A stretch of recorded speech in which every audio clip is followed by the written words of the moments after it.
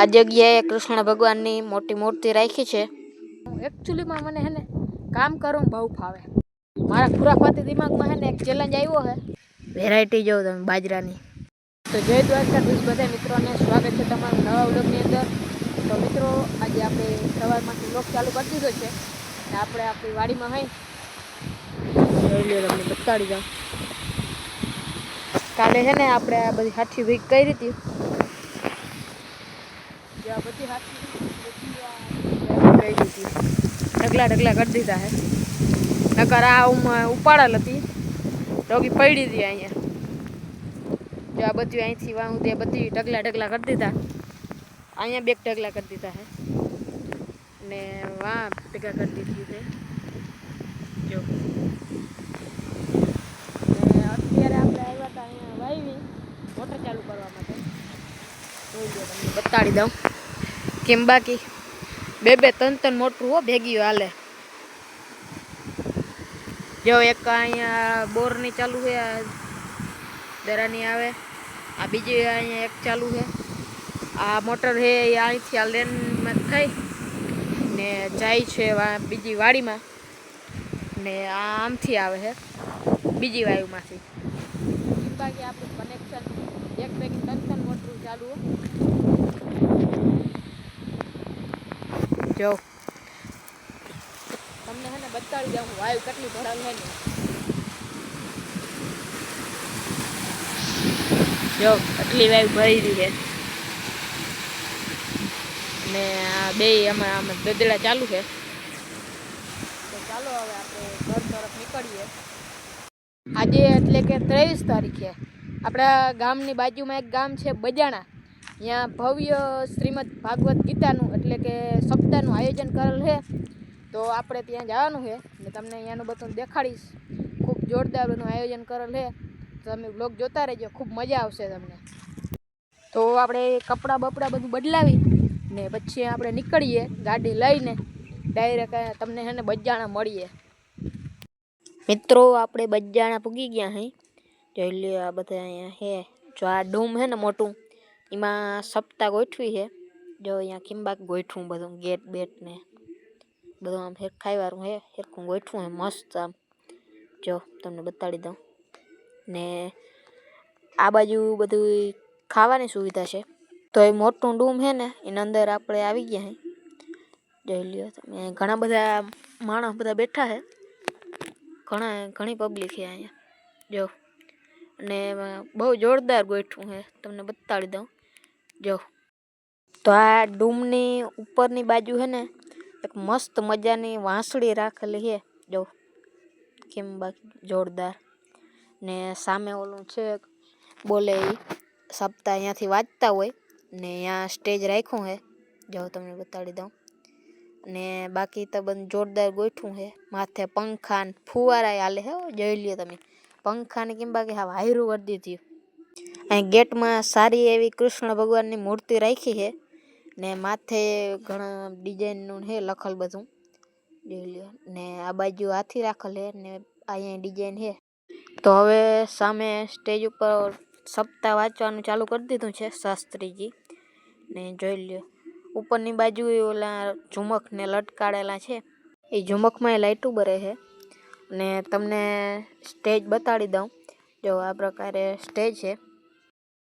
તો આપણે હવે ખાઈ પી ને બહાર આવી ગયા છે ને અત્યારે બપોર થઈ ગયા છે એટલે હવે સપ્તાહ વાંચવાનું બંધ કરી દીધું ને આપણે હવે ઘરે જઈએ ને આપણો ભાઈબંધ આપણી સાથે છે. જોઈ લ્યો આપણે બે ઉપડી ગયા છે ને આ બાજુ ઓલું બધું જમવાનું હતું ત્યાંથી જમીન આમ ફરીને પાછા આવી ગયા છે ને હવે આપણે ડાયરેક્ટ જઈએ ઘરે. જો આ બધે અહીંયા છે ગાડીઓનું પાર્કિંગ. તો બજાણા પાછો આવી ગયો હું ને હવે હું જે આમ વાડી ધારો જતો આવું. ત્યાં મારા બાપા પાણી વારે છે તો એને જે પાણીમાં ટેકો દેવા લાગું. તમને ખબર જ છે હું પહેલેથી કામનો કહેવું. એકચ્યુઅલીમાં મને છે ને કામ કરવું બહુ ફાવે. જોઈ લ્યો અહીંયા આપણી વાડી છે. અહીંયા બે બ્લેક માફિયા એમાંથી એક અહીંયા ને એક ભાઈ આવે છુડવા ટુ. જો કિંબાકી ભાઈ આવે ભાઈચારા ઓન ટોપ. હે ને પાણી ભેગું સુખારે નાખતા જાય છે આગળ થોડીક પહેલાં ગાડી લઈને સુફા નાખી આવ્યો સુફાની બાસ્કી. હવે હમણાં જાઉં હું અને જોઈ લ્યો કેમ બાકી બાજરો જો વેરાયટી જો તમે બાજરાની છે ને જોરદાર. ડુંડા કેમ બાકી થયા બાજરાના છે ને નેક્સ્ટ લેવલ. જો આ સુફરની બાસ્કી અહીંયા લઈ આવ્યો હતો ને પાણી છે ને આ લેનમાંથી જ આવે છે. ફુવાના લેન પાથરો છે સેટમાંથી. આપણે ત્યાં ક્યાં વાયુને મોટર ચાલુ કરવા ગયા હતા ત્યાંથી પાથરો લે અહીંથી આમને અહીંયા પાણી આવે છે. આમાં છે ને કોથરો બાંધવો પડે નકર છે ને ખાડો કરી નાખે એટલું પાણી આવે. જોતા અહીંથી આ બધું પી જાય છે. અટાણે આમાં જાય છે મકાઈમાં. જો આ બાજુ છે મકાઈ વાવેલી અહીંથી એટલી ને આ બાજરો તમને દેખાડી દીધો હોય. અહીંથી પાણી જાય છે આ બધું પીતી જાય મકાઈ. અને અહીંયા રાખીએ ખુરશી. ખુરશી ઉપર તમારે છે ને આમ મીરા બેહવું હોય ને તો બેહાઈ જાય ને બેહીને પાણી ભરી જાય. જો મારે નાખું વારું હોય ત્યાં જાય ઊભું થવું પડે. બાકી કેમ બાકી જો મકાઈ જે આપણે છે ને જો વાં વાવી છે. હમણાં થોડાક દી પહેલાં ખબર આંબા કાકા આગાહી દીધી હતી ત્યાં જો આ છે ને આપણે ભૂકો ટાંકી દીધો હતો. જો તો એ થોડુંક ખાલું થઈ ગયું હોય ત્યાં વાંધો ના આવ્યો. ત્યાં તો બધું ઢાકલ રહી ગયું હતું. પટાણે જો આ થોડુંક ખાલું થઈ ગયું હોય. જો આમ હેરખું કરી દીધું.